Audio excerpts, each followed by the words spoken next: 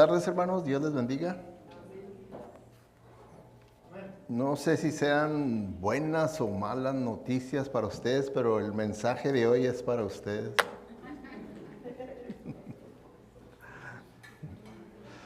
Perezosos y problemáticos. Bueno, eso es lo que eran algunos ahí en la iglesia de Tesalónica. Ya ven que era una iglesia ejemplar, pero no quiere decir que era una iglesia perfecta, así como no hay ninguna iglesia perfecta en este mundo. El único perfecto es el que es cabeza de la iglesia, el salvador de la iglesia, Jesucristo, ¿verdad? Pero nosotros, su pueblo, no somos un pueblo perfecto aquí en esta vida, en esta tierra, pero ya en nosotros está la gloria de Dios que algún día, ¿verdad?, va a manifestarse en toda su gloria para glorificarnos, que quiere decir perfeccionarnos, que vamos a ser perfectos en la presencia del Señor, ¿verdad?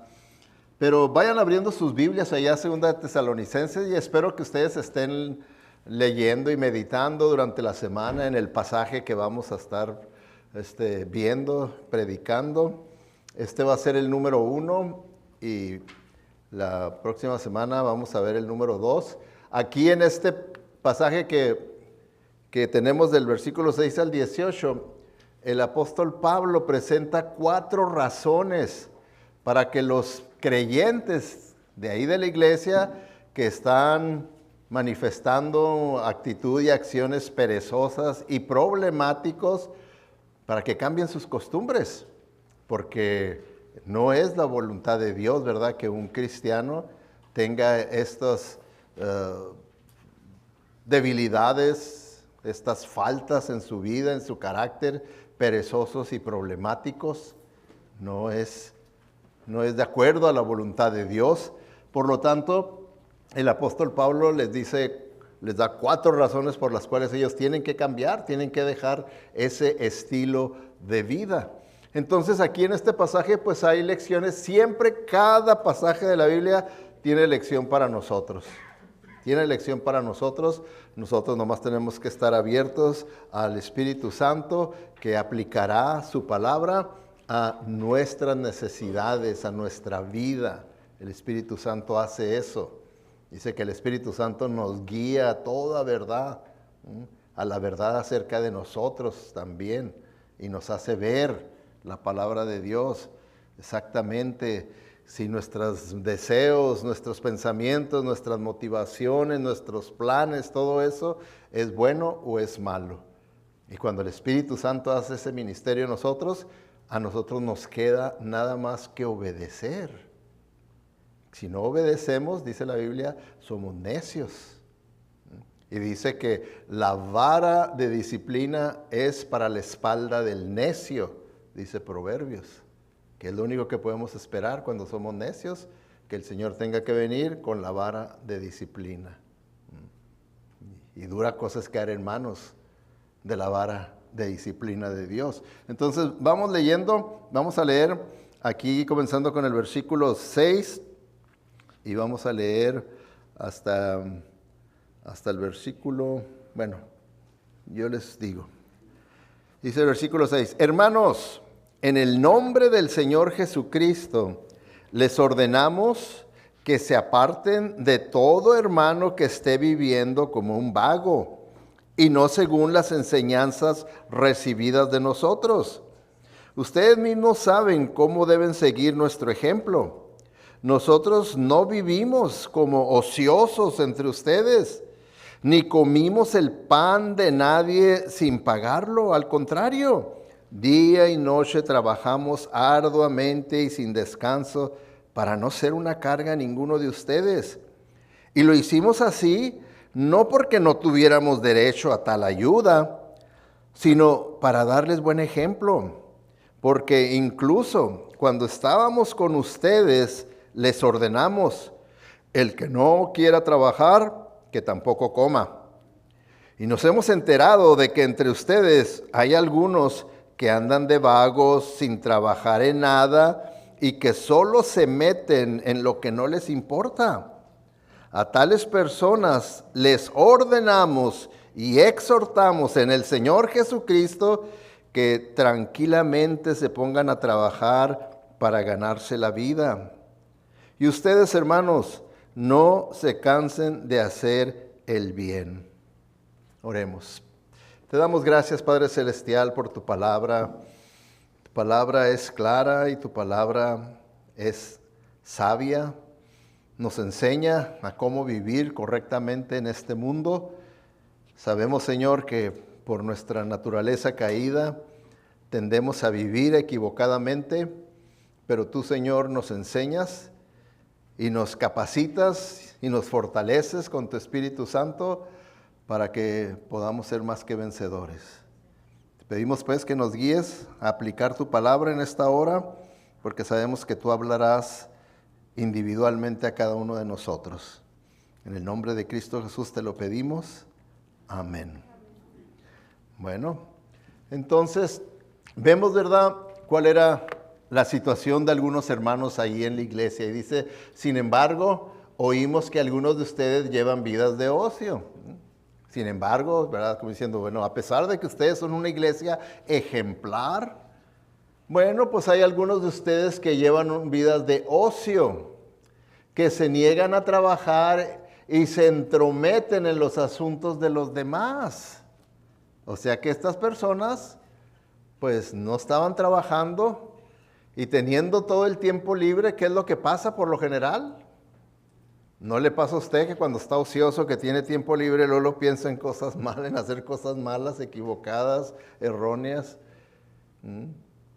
Así, ¿verdad? Estos hermanos, ¿verdad? Pues andaban, al no tener nada que hacer, ¿qué es lo que pasa? Empiezan las personas a ver, ay, este fulano, y hoy mungano, mira, este debería estar haciendo y no hace esto, y mira, este está haciendo esto mal, y mira este, cómo se viste, cómo se porta, y empiezan a criticar y criticar, y llega un momento cuando una persona está nomás criticando y criticando. Esa crítica se llenó uno tanto de crítica que necesita compartirla. Y eso es lo que es el chisme. Cuando empieza, si notaste ya al hermano lo que hizo y lo que dijo y lo que hace y lo que no hizo, y empieza el chisme, y así estaban ya estas personas. No tenían nada que hacer, no estaban haciendo nada, y lo único que hacían era empezar con la chismografía. Entonces, nos puede pasar, ¿verdad? Cualquiera de nosotros nos puede pasar. Por eso, este pasaje también se le ha conocido, ¿verdad?, hasta cierto punto, parte de lo que enseña la teología acerca del trabajo. ¿Qué enseña la Biblia acerca del trabajo? ¿Sí? ¿Qué enseña la Biblia? Bueno, aquí podemos aprender, ¿verdad?, lo que enseña la Biblia del trabajo. Y entonces, a estos hermanos, el apóstol Pablo les da 4 razones para que ya dejen de hacer y de vivir como están viviendo. ¿Sí? Que ya lo dejen. Bueno, y por eso, ¿verdad?, les dice primeramente la primera razón. Dice, el mandato de la palabra. ¿Sí? Está diciéndoles, miren, ustedes deben de dejar de estar de ociosos y de chismosos, porque eso va en contra de la palabra de Dios. La palabra de Dios enseña lo contrario.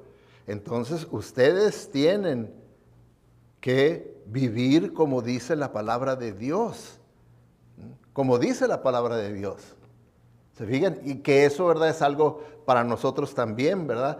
Que ese debe ser la razón principal por la cual yo vivo como cristiano. No porque digo ser cristiano, no porque vengo a una iglesia cristiana, no para que la gente crea que soy cristiano, pero porque obedezco la palabra de Dios.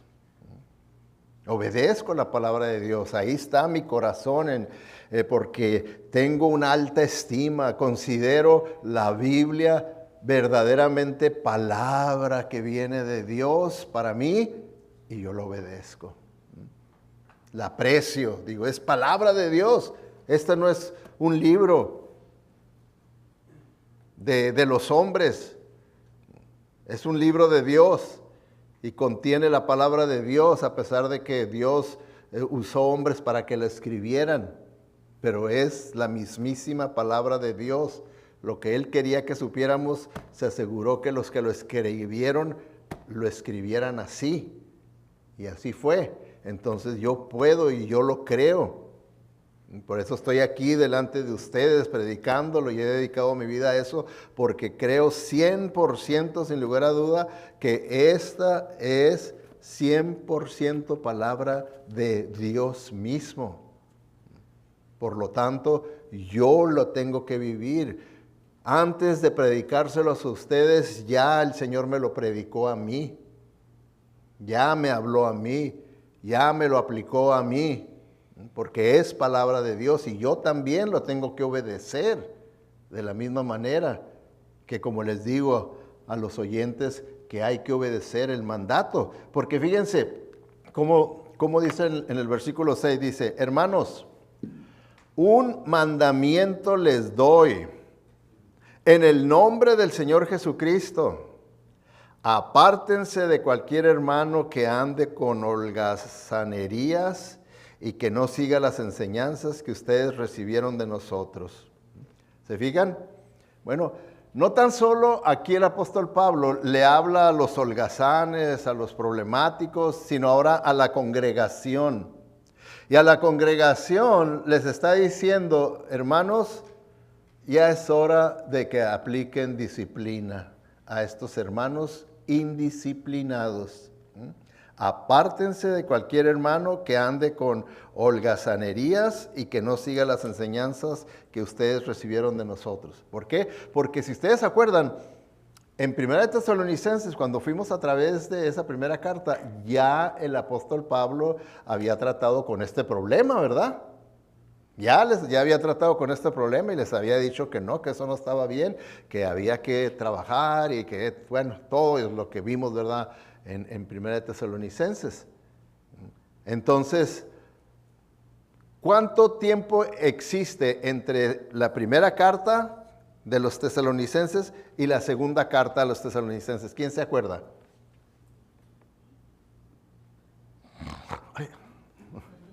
¿No se acuerdan? Se los he mencionado varias veces. Un año entre carta y carta. Hay un año de tiempo. Entonces, después de un año, y todavía siguen de holgazanes y de chismosos, siguen en las mismas después de un año. ¿Okay? Entonces el apóstol Pablo dice, pues ya es hora de que los hermanos hagan algo, disciplina. ¿Okay? Disciplina. Y hermanos, uno de los problemas que tenemos hoy en día es que la gran mayoría de las iglesias ni enseñan ni practican disciplina en las iglesias. Cuando en realidad es lo más sano y lo más correcto hacer, porque ¿acaso no nos consideramos una familia, la familia de Dios? ¿Sí? ¿Sí o no? Así usted se ve como hermano. ¿Por qué se dice hermano, hermana? ¿Nomás porque no sabe mi nombre? ¿O porque verdaderamente ve que somos hermanos y somos hermanos en Cristo?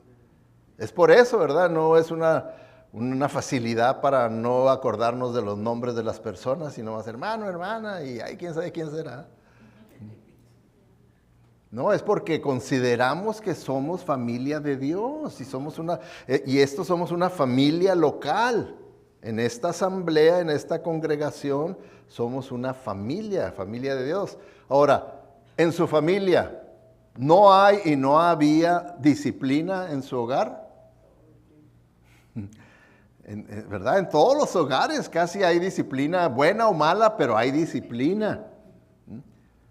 Entonces Dios dice que a los que Él recibe como hijos, a los que Él los recibe como hijos, a esos los disciplina. ¿Por qué dice? Porque los amo. Y la disciplina es un acto de amor. Yo discipliné a mis hijos porque los amaba, no porque los odiaba o los aborrecía, sino porque los amaba y quería lo mejor para ellos, quería que se corrigieran por las buenas y por las malas, pero que se corrijan. Entonces también, ¿verdad? En el próximo mensaje voy a tratar más el tema de la disciplina en la iglesia, ¿verdad? Sobre los diferentes casos de cómo se disciplina en una iglesia. Pero eso es lo único que quiero que ahorita ustedes entiendan, que la disciplina, el motivo tiene que ser por amor y la manera en la que se tiene que hacer es con mucha paciencia y con amor. Porque aquí vemos la paciencia, todo un año, y no hicieron caso al apóstol Pablo, no hicieron caso a la palabra de Dios y siguieron en la misma. Y ya después de un año dice, hermanos, apártense de cualquiera hermano que ande con holgazanerías. Ahora, la disciplina, hermanos, tenemos que entender que es de parte de la iglesia, ¿verdad? Claro que la iglesia, por lo general, se usa a través de sus líderes la aplicación de esa disciplina, ¿verdad? La aplicación de esa disciplina, pero la iglesia tiene que respetar que es una disciplina de la familia, de la iglesia, de la casa, del hogar de Dios, esa disciplina. Porque lo que pasa muchas veces, hermanos, es que la congregación se va a los extremos. Uno no tiene paciencia. ¿Cuántas veces vienen a mí y me piden rápidamente la cabeza de una persona? Hermano, hermana, rum, ya, dele cráneo, ahí nos vemos, yo me voy si usted no le corta la cabeza a esa persona. Vamos a seguir lo que dice la Biblia, vámonos de acuerdo a las palabras de Dios. No, ¿qué palabra de Dios? No, si no lo hace es que usted no quiere y es que usted y es que usted tiene, algunos sí, otros no, y empiezan con toda clase de acusaciones, ¿verdad? En vez de saber hacer las cosas de acuerdo a la palabra de Dios. Aquí la Biblia nos da principios, se dice, primeramente hay que tener paciencia por el hermano que ha caído, que está en desobediencia, hay que tener paciencia. No dice la Biblia, tolérense unos a otros, ámense unos a otros, pero no, nosotros cuando nos molesta algo, ¡pum!, queremos rápido la justicia, que caiga el machete. Si no, está reprobado, pastor. Está reprobado. Como también el otro extremo es que se hace disciplina a una persona, como por ejemplo, aquí, apártese de cualquier hermano que ande en holgazanerías. ¿Qué quiere decir? No quiere decir que no lo salude, que no le hable, pero dice, retírele el compañerismo. Pero ¿qué es lo que yo he visto muchas veces en el pasado cuando se le disciplina a alguien? Que no le retiran el compañerismo. Hay algunas personas, ¿verdad? Yo recuerdo que todavía como con más razón, ahora yo voy a pasar más tiempo en compañerismo con esta persona que está bajo disciplina. Como diciendo, para que se le quite, pastor. Como si yo fuera el malo, como si yo fuera el que lo hubiera disciplinado, como si no fuera disciplina de parte de la iglesia. ¿Se fijan? ¿Cómo podemos irnos a extremos como iglesia y no respetar lo que dice la palabra de Dios? Que uno, ¿verdad?, como líder está tratando de seguirla lo más cercano posible a lo que dice, pero no, luego la congregación, no, ya esto, y como yo pienso, como yo digo, como yo siento, como yo quiero, como dice la palabra de Dios. Así es como tienen que ser las cosas.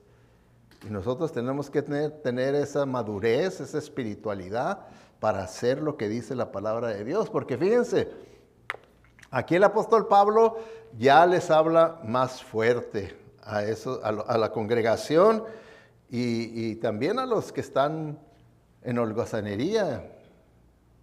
Les dice que lo que él les está diciendo, que no lo vean como de parte del apóstol Pablo, sino de parte del Señor Jesucristo. De parte del Señor Jesucristo. Que así es como nosotros tenemos que ver, ¿verdad? Eso. Y no es de parte del pastor. Es como estos hermanos que dijeron, Pablo, ¿qué tiene? Pablo. No, el Señor Jesucristo. Es de parte del Señor Jesucristo. Ahora, ¿se han puesto ustedes a pensar el peso de autoridad que tiene cuando nosotros verdaderamente creemos que viene de parte del Señor Jesucristo, ¿se han puesto a meditar, a analizar el gran peso de autoridad? Porque cuando nosotros estamos conscientes del gran peso de autoridad de una persona que nos pide algo, pues nosotros reaccionamos de acuerdo a cómo consideramos el peso de autoridad que tiene esa persona. ¿Verdad que como en una compañía, si otro compañero de trabajo me dice, no, pero es que tienes que hacer esto y eso, pero si se lo dice el dueño, ¿verdad que el peso de la autoridad, sí, como no sé, sí, seguro, ahorita mismo lo hago. Va a haber, ¿verdad? El peso de autoridad va a cambiar nuestra manera de pensar y nuestra actitud, ¿verdad? Bueno, fíjense, cuando vemos aquí en el nombre del Señor Jesucristo, en realidad son tres diferentes nombres o títulos de autoridad que están, nomás que nosotros en el español juntamos dos, Jesús y Cristo. Pero si se fijan en el inglés, sí están separados. Ahí en el de inglés dice, in the name of the Lord Jesus Christ. En inglés sí son tres. ¿Okay? Bueno, ¿qué es lo que está diciendo aquí el apóstol Pablo para que veamos el peso de la autoridad? Cuando dice Señor, ¿qué es el significado de Señor? Porque hoy muy fácilmente dicen, oh sí, nuestro Señor Jesucristo, oh sí, nuestro Señor. Pero ¿qué es Señor? ¿Qué significa? El Señor bíblicamente es lo que en el original, en el hebreo, en el Antiguo Testamento, es el nombre que representa a Dios y que es con esas tres consonantes, J-H-B-H. ¿Las puede usted pronunciar ese nombre de Dios? ¿Sí lo puede pronunciar? A ver, pronuncie J-H-B-H. ¿Cómo lo pronuncia? No se puede pronunciar, ¿verdad? Bueno, es porque los hebreos así lo pusieron, ¿verdad? El nombre de Dios, porque ellos dicen todavía, Dios es tan grande, tan hermoso, tan santo, que no es posible que un hombre pecador mencione su nombre. No puede uno mencionar el nombre de Dios por la gran diferencia que existe. Y entonces lo pusieron así, ¿verdad? Con puras consonantes que no se pueda pronunciar. Claro que ya los traductores, para que nosotros podamos pronunciar el nombre de Dios, ya le pusieron vocales, ¿verdad? ¿Se fijan ahí? Jehová. ¿Se fijan? Le pusieron las vocales E-O-A. Jehová. Para poderlo nosotros pronunciar. Pero lo que significa el J-H-B-H, cuando a Dios se le preguntó, ¿y cuál es tu nombre? Y dijo, J-H-B-H. Quiere decir, yo soy el que soy. ¿Qué quiere decir? Yo soy el que siempre ha existido. Yo soy el que ha creado todo lo visible y lo invisible. Yo soy el que sostengo todo con mi poder y yo me sostengo a sí mismo. Soy único. ¿Okay? Entonces, cuando entiende uno lo que es Señor, que el apóstol Pablo aquí, ¿verdad?, les está diciendo, miren, este mandamiento es de parte de el creador de todo lo visible e invisible, el que nos creó a nosotros, el que sustenta con su poder todo el universo. ¿Verdad que ya tiene gran peso cuando uno empieza a pensar que ese mandamiento viene de parte de esa persona que me tiene aquí en sus manos con su poder, que Él puede hacer lo que Él quiera conmigo aquí en su poder? Puede exaltarme, como dice, como puede también traerme hasta lo más bajo. Entonces, habla de ese poder y luego dice, nuestro Señor Jesús. Ahí dice Jesucristo, pero es Jesús, que significa Salvador. Ese es su nombre humano, ¿verdad? Cuando se le dijo a María cómo se llamará, su nombre será Jesús, ¿verdad? Que en hebreo es Josué, es Jesús, y que significa Salvador. Ese nombre significa Salvador. Entonces ahí, ¿verdad? El apóstol Pablo les está diciendo, miren, si ustedes no quisieron ver con peso con lo que les dije el año pasado, ahora se los estoy diciendo que es de parte de Yahvé, Jehová, el invisible que se hizo visible humanamente en la persona de Jesús de Nazaret, porque Él vino a salvarnos de nuestros pecados. O sea, todo eso está detrás de esos títulos. Y dice, y que era el que tanto esperábamos, el Mesías, el Cristo, el ungido, el escogido de Dios, para ser el Cordero de Dios que quita el pecado del mundo. Bueno, en la autoridad de esta persona es que les damos este mandato. ¿No creen ustedes que tenga mucho poder ese mandato si uno entiende bajo qué autoridad? ¡Wow! Entonces, así también nosotros tenemos que verlo, no más decir, el pastor. Muy fácil podernos quitar un mandato de Dios, no diciendo, el pastor, ¿cómo es exagerado? Es de nuestro Señor Jesús el Cristo. Esa es la autoridad en la que nosotros estamos sometidos y debemos de someternos a Él. A Él debe ser el sometimiento. Entonces estaban estos hermanos de ociosos sin trabajar, que también tenemos que tener mucho cuidado porque he escuchado, ¿verdad? Hasta en la radio, predicaciones, ¿verdad? Que se enseña el trabajo como que fue parte de la maldición por la caída. Y se usa Génesis y dicen, el pecado es castigo por la caída del hombre. Es una de las maldiciones que el Señor le puso a Adán y Eva y a todas las generaciones que ahora tenían que trabajar. Ustedes lo ven, mucha gente lo ve como una maldición, el trabajo. Cuando la Biblia enseña que el trabajo es una bendición de Dios. Es una bendición de Dios. ¿Por qué? Porque cuando Adán y Eva todavía ni caían, el Señor ya les había dado trabajo que hacer. Entonces, el trabajo no vino después de la caída como castigo, como maldición, sino que el trabajo ya estaba. El Señor le dio a Adán y a Eva trabajo ahí en el jardín. ¿Se fijan? Esa es la primera profesión que hubo, jardinero. Así es que los jardineros tienen una profesión muy digna, ¿verdad? Entonces, vemos que ya había trabajo. ¿Quién sabe qué más cosas el Señor les daba que hicieran? Pero el establecimiento del trabajo, el Señor se los dio desde antes de la caída como algo honroso y necesario para el hombre. Porque, de acuerdo a la Biblia, ¿verdad? El pecado lo único que hizo fue convirtió el trabajo en una fatiga.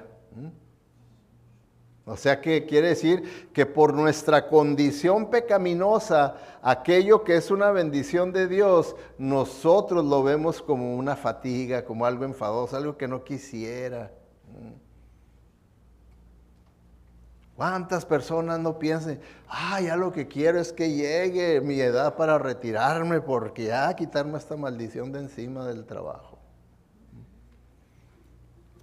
Cuando bíblicamente el trabajo es una bendición de Dios. Y el trabajo, ¿verdad? De acuerdo a lo que enseña la Biblia, el hombre necesita trabajar porque es una manera en la que el hombre se siente realizado. Y principalmente estoy hablando del varón, porque de acuerdo al orden bíblico, el varón es el número 1 en sustentar económicamente el hogar. El varón es el que trabaja y debe de trabajar arduamente para poder ser el proveedor allí en la familia. Y cuando un hombre está cumpliendo con ese rol, Si pierde el trabajo, se siente bien mal. Se siente bien mal, se siente como que no soy un hombre completo. No soy un hombre completo, me está faltando cumplir ese rol. Y por eso rápidamente busca hacer lo que sea. Yo recuerdo, ¿verdad?, la primera vez que sentí eso. Cuando era soltero, pues nada, perdía uno y al reciente día agarraba otro. Pero ya cuando me casé y perdí el trabajo, sentí una cosa diferente, de tal manera que le dije a mi esposa Liz, le dije, no te preocupes, ahorita vas a ver, el Señor me va a decir, ahorita voy a salir y voy a encontrar un trabajo. Pues sí, ya le llamé, le dije, ¿sabes qué? Ya me dio un trabajo y quieren que me quede ahorita aquí a trabajar. Y yo busqué de lo que fuera, barrendero, lo que sea, yo estaba dispuesto a trabajar, pero trabajar es una necesidad que tiene el hombre, ¿verdad? En su autoestima, en su autoimagen, ¿verdad? De hombre, de proveedor del hogar que tiene uno. Entonces, el trabajo es una bendición de parte de Dios, no es una maldición el trabajo. Ahora, ¿han notado ustedes, verdad, en su estudio de la Biblia, que Dios llamó a personas que estaban ocupadas trabajando? Nunca va a ver que Dios llama a una persona que está de holgazán. Y que el Señor, hey, tengo este ministerio para ti. No, a un holgazán no lo va a llamar a ningún ministerio. Lo va a llamar a cuentas, pero no a darle un ministerio. ¿Okay? Pero alguien que está trabajando, sí, el Señor. ¿Se acuerdan ustedes? Moisés estaba cuidando las ovejas cuando el Señor se manifestó en la zarza ardiendo.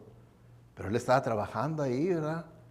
Él cuidando las ovejas, alimentándolas, guiándolas, protegiéndolas, estaba trabajando. Y el Señor lo llamó a ese ministerio de sacar a su pueblo de la esclavitud en Israel. Estaba trabajando él ahí, lo mismo que con Gedeón. Él estaba trillando el trigo cuando Dios lo llamó, ahí en Jueces 6. Ahí estaba él trabajando, trillando el trigo, cuando el Señor se manifiesta y lo llama al ministerio. ¿Okay? Lo mismo que David. David estaba cuidando las ovejas de su padre y el Señor lo llamó. Estaba trabajando. Señor Jesucristo llama a 4 pescadores, estaban trabajando y dice que ahí dejaron las redes, ¿verdad? Y lo siguieron. Estaban trabajando, el mismo Señor Jesucristo.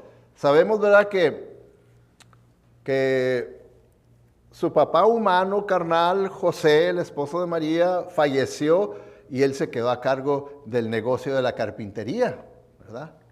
Quedó a cargo. Entonces él estaba trabajando en el negocio de carpintería y cuando vino el momento de que comenzara su ministerio, pues lo dejó por cumplir con el ministerio que él había venido, el propósito de aquí, pero él trabajó, ¿verdad?, como carpintero.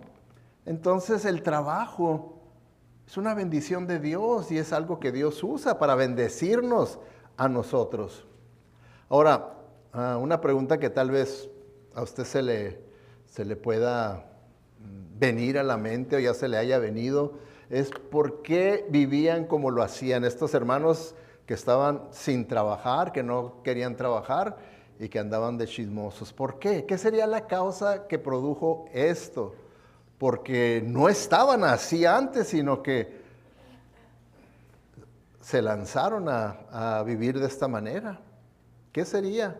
Bueno, tenemos que entender siempre el contexto. Siempre los contextos nos ayudan a interpretar correctamente. Y si vemos el contexto de 1 Tesalonicenses, 2 Tesalonicenses, el contexto predominante es sobre la venida del Señor Jesucristo, ¿verdad? Que ese es el contexto predominante, donde nos habla cuando Cristo viene por su iglesia en el rapto, el día del Señor, los 7 años de tribulación y la venida de Jesucristo con su iglesia. Ese es el contexto de las 2 cartas a los tesalonicenses. Entonces, en cuanto a eso, se cree que a la luz de la venida de nuestro Señor Jesucristo, algunos hermanos abandonaron lo que consideraban ellos actividades materiales mundanas.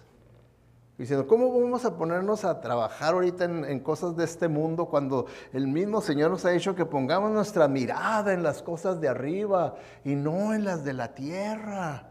Así es que, ¿para qué ahorita lo que tenemos que es esperar en oración y esperando la venida del Señor y no estar aquí preocupados por las cosas mundanas de aquí? ¿Acaso no nos ha dicho Dios que busquemos primeramente el reino de Dios y su justicia, y todas las demás cosas Él se va a encargar de proveerlas? ¿Verdad que se pueden distorsionar la palabra de Dios?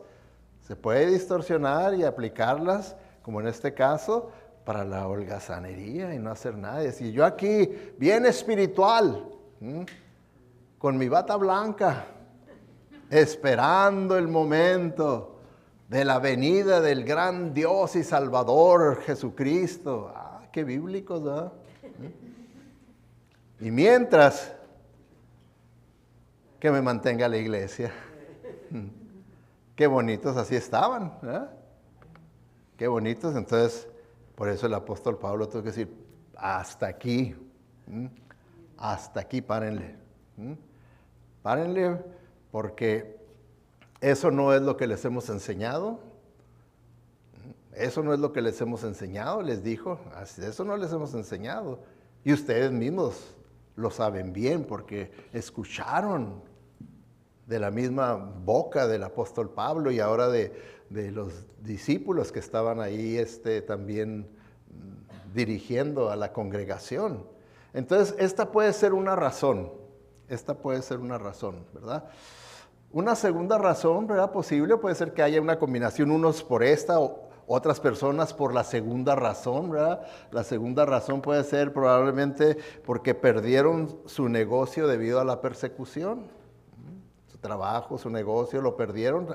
¿Se acuerdan que estaban sufriendo persecución? Y se acuerdan que les he dicho que en ese tiempo el verdaderamente convertirse podía costarle, ¿verdad? Hasta la vida le podía costar, pero sí seguro le costaba que fuera rechazado por los judíos, fuera rechazado por los gentiles, los no judíos, por la familia, de tal grado que personas podían perder su trabajo y personas podrían perder su negocio porque ahora no querían venir a hacer negocio con esa persona que se convirtió al cristianismo. Entonces puede ser que hayan perdido eso. Y entonces pues la iglesia dijo, no, pues vamos a ayudarles, y empezaron en benevolencia a ayudarles económicamente para su sostén. Pero todo un año, todo un año. Entonces, ¿qué es lo que puede haber pasado? ¿Qué es lo que puede haber pasado? Bueno, tenemos que entender que esta iglesia en aquel entonces estaba constituida por judíos y por gentiles, ¿verdad? No judíos. Estos no judíos estaban compuestos por griegos y por romanos.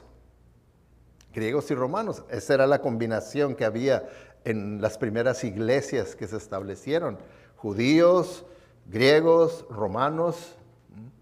Y la cultura que predominaba era lo que le llamaban la greco-latina, ¿verdad? Griegos y romanos, una combinación de esas dos culturas. Bueno, para los griegos, hermanos, los griegos pues tenían sus propias creencias, su propia cultura, y algunos griegos, esto era lo que creían, que el trabajo era degradante, ¿verdad? El trabajo con las manos era degradante y pertenecía únicamente a los esclavos.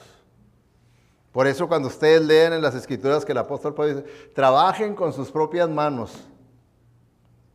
No lo está diciendo nomás porque sea un tonto y que está diciendo, trabajen con sus manos. Y, pues, ¿con qué quieres que trabajemos? Pues, ¿verdad? Claro que con las manos, no. Sino que está haciendo referencia a esta creencia que había, ¿verdad?, en los griegos, que trabajar con tus propias manos era degradante, que eso se lo dejaban a los esclavos. Y acuérdense que en aquel tiempo había más esclavos que gente libre. Nada más pónganse a pensar. Entonces ellos estaban impuestos nomás a dar órdenes y supervisar y todo, pero nada de trabajo manual, nada.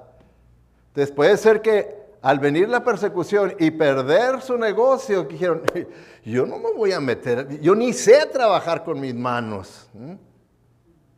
Y que al principio, ¿verdad? La congregación en su benevolencia, en su amor, pues empezaron a apoyarlos económicamente, pero ya, dijeron, sí, bueno, pues así que sea. Que venga el chequecito de welfare de parte de la iglesia y así nos la llevamos, ¿verdad? Bien a gusto. Y entonces el apóstol Pablo dijo, no señores, eso no está bien, no está bien. Yo creo que para estos griegos este dicho les gustaba o les gustaría, si no es que ya estaba en ese tiempo. Dice, puede que el trabajo duro no me mate, pero ¿por qué correr el riesgo? ¿A qué correr el riesgo? Mejor no. Mejor no trabajamos duro. Y hermanos, eso es lo que la iglesia, la Biblia nos enseña. Que el ideal bíblico es de trabajar duro. Trabajar duro, no de coyotear. Coyotear duro y trabajar duro. Muy diferente, ¿verdad? Y entonces, eso es lo que nos dice. Entonces, la exhortación de la palabra de Dios para los creyentes debería haber motivado a estos creyentes perezosos a trabajar. ¿Por qué? Porque acuérdense que ya, como lo mencioné, pero aquí está en 1 Tesalonicenses 4:11, ya el apóstol Pablo lo mencionó, ¿verdad? De una manera paciente y todo. Dice, pónganse como objetivo vivir una vida tranquila. Ocúpense de sus propios asuntos, ¿verdad? Como diciendo, no anden de chismosos. Ocúpense de sus propios asuntos y trabajen con sus manitas.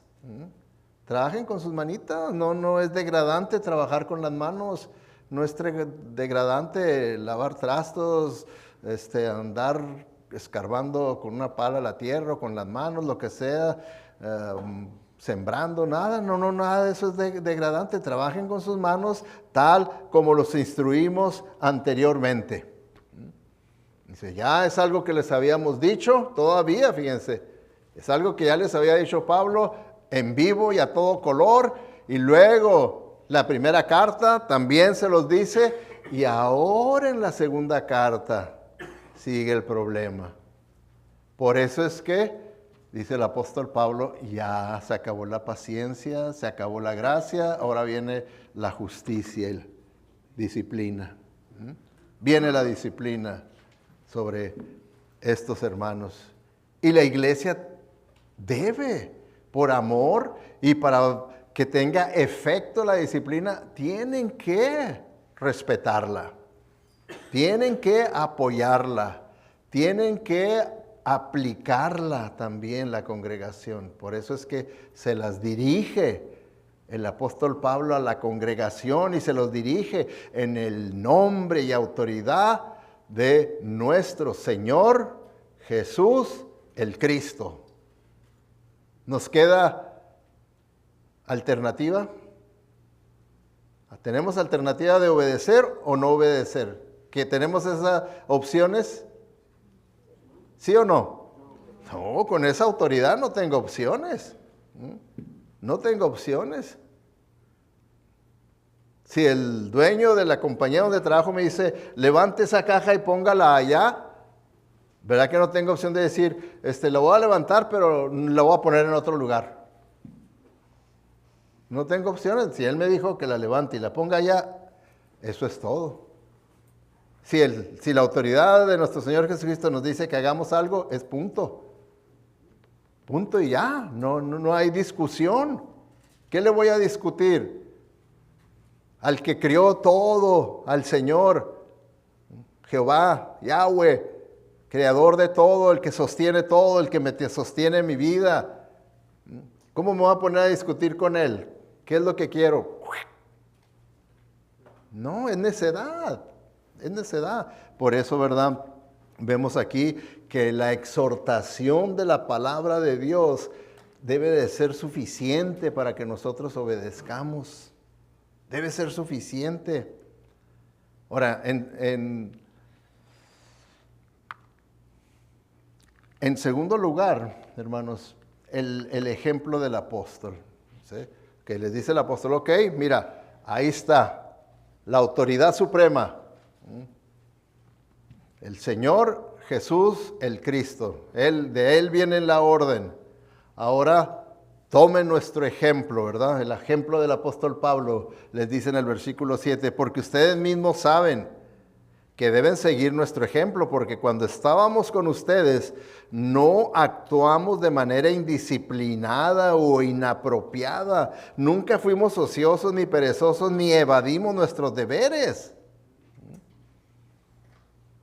El apóstol está diciendo, no, nosotros no fuimos flojos, porque fíjense, aquí en esta sección el apóstol está diciendo, miren, nosotros fuimos ejemplos para ustedes, porque nosotros trabajamos afuera, secularmente, trabajamos y trabajamos arduamente también dentro de la iglesia, en los dos.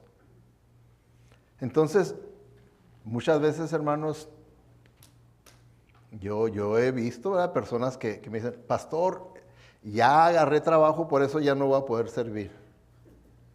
Oh, porque agarró trabajo, allá afuera ya no puede servir. Pues le voy a pedir al Señor que le quite el trabajo, pues, entonces, porque pues me pidió que orara para que consiguiera un trabajo y ya lo consiguió, pero ahora no puede servir aquí al Señor, pues vamos a orar para que le quite el trabajo. Entonces, si ese trabajo eso va a ser una maldición espiritual en su vida, pues vamos, que el Señor se lo quite entonces. Y no es así. El ejemplo, la teología del trabajo es trabajar arduamente afuera, si es necesario afuera, y adentro de la iglesia también trabajar arduamente. En lo que el Señor me llame, en lo que el Señor me ponga, sea lo que sea, voy a trabajar con responsabilidad y con ganas, arduamente y con entusiasmo, porque yo sé para quién estoy trabajando. No es para el pastor, no es para el líder del departamento, es para el Señor Jesús el Cristo. Para Él es para quien estoy trabajando. Y es por eso, ¿verdad?, como dice la Escritura, cuando yo sé que estoy trabajando por Él, no estoy trabajando para los hombres, que es lo que dice en Efesios.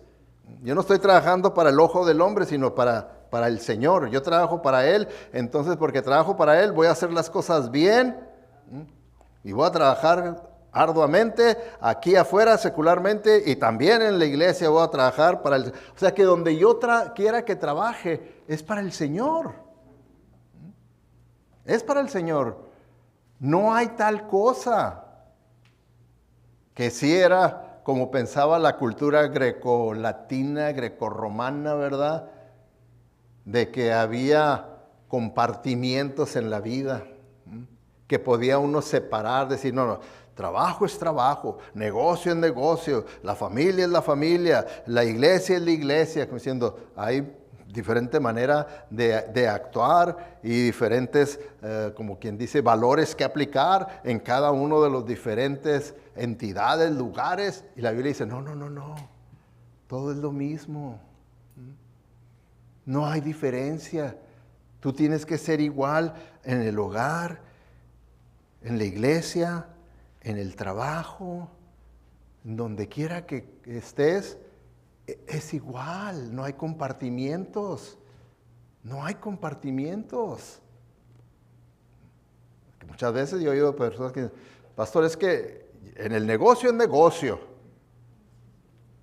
Oh, entonces, ¿en el negocio dejas de ser cristiano? ¿En el negocio dejas de ser cristiano porque es negocio? ¿O sigues siendo cristiano? A ver, ¿qué le dice? No, pero es que es diferente, pero no para la Biblia. Entonces, son errores que nosotros podemos cometer, ¿verdad? En la teología del trabajo, en la doctrina que enseña la Biblia sobre el trabajo.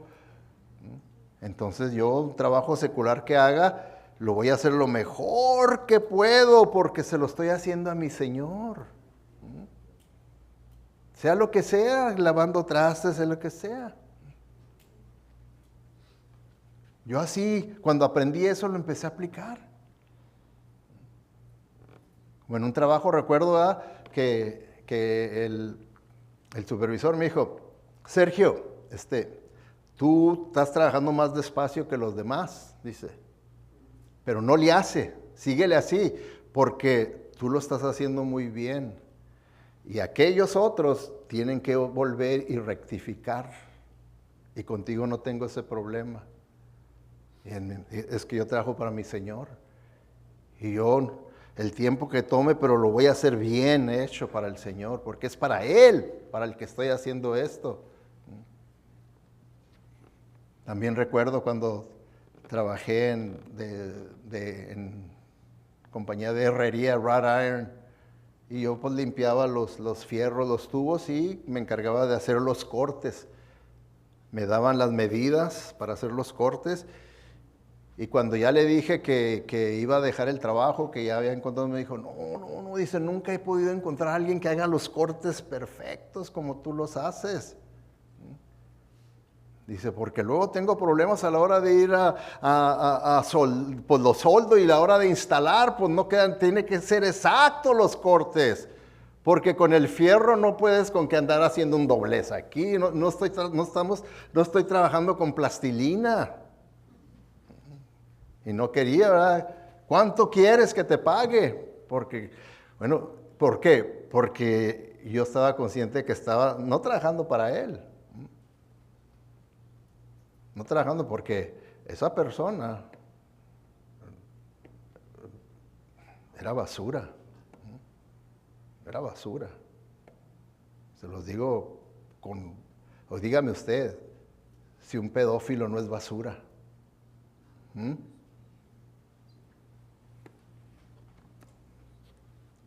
Por eso no pude trabajar para una persona así. Entonces, esa es la teología del trabajo.